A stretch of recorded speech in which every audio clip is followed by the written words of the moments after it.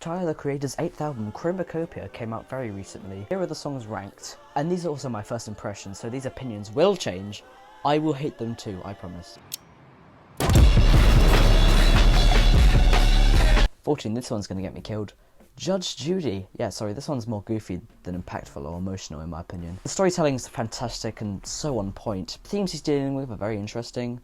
Other than that, I'm not a huge fan of the vocals or the singing. But 13, Hey Jane. Look, this song isn't even that bad. It does a great job telling a story and pushing a narrative forward. Overall, I think it's the least re-listenable. I think all the verses and perspective changes are interesting, yet it doesn't really do anything for me specifically. 12, Tomorrow. The emotional tracks aren't really impacting me as much as I hoped they would. I love the verses and then him rapping some really raw stuff on here. I think the instrumental could have been better. 11, Balloon. I weirdly like the instrumental here. It's so strange. Anyway, Doechii here is my favourite part. Her verse was absolutely fantastic. I love how uplifting it was. But I also find Tyler spamming like the Don't Stop sample was very annoying. 10, Rah Tah Tah.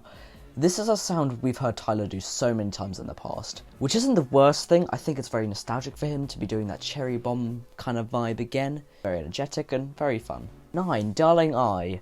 Really enjoyed this one. The lyrics and thoughts about love are great, verses have a nice flow, chorus is catchy, I feel like it's reflecting on Call Me If You Get Lost. 8, I Killed You, very interesting one. Percussion heavy, oddly dark lyrics, sort of underutilized but still lovely Childish Gambino backing vocals to go along with it. 7, Sticky, intense, energetic, insane song with some pretty good Sexy Red and Wayne cameos, because that's what it feels like. I really love what we got, but I feel like it could have been so much more grand, if that makes sense. 6, Like Him, Tyler exploring his feelings about his dad, but surprisingly much sweeter than it was on Answer. The singing here is surprisingly superb. I think his mother's comments add so much to the song. 5, Take Your Mask Off. I'm in love with how soulful the song is. Tyler's verses are impeccable, just so clean and re-listenable. 4, Thought I Was Dead. Oh my god, he really popped off on this one.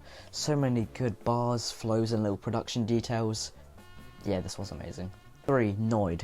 Goodness, how many times have I listened to this? Themes of paranoia work really well with this kind of thumping sample. The bridges in between verses, the slight moments of freedom until you're back into the anxiety, it works really well. 2, I Hope You Find Your Way Home. I don't know how this got up here. I think I'm glad it did though. An amazing closer, Tyler finding his confidence again was very impactful. I love the chorus itself, there's amazing vocals and the circular structure as well. 1, Saint Chroma, just as impactful as when we first heard it. The build up to that drop with the whispering and Daniel Caesar's vocals is so well done. And the drop itself is immaculate, the verse at the end setting up the whole album, the themes he's gonna do just... Anyway, Chromacopia, this thing just came out of nowhere, didn't it?